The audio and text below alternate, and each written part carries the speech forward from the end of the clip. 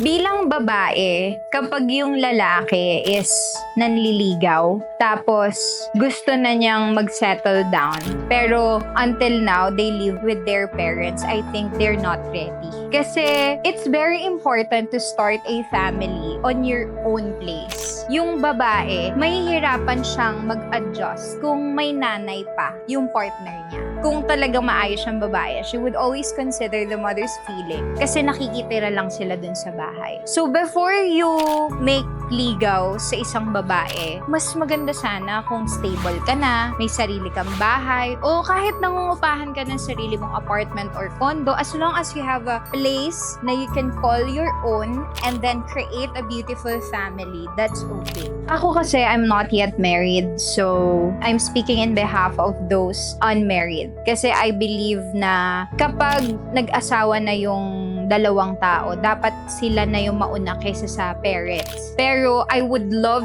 someone who respect my parents as they respect me. It's better to find someone na marunong rumispeto sa magulang. But by the time na mag-asawa na kayo, dapat mas priority mo na yung asawa mo kaysa sa magulang mo.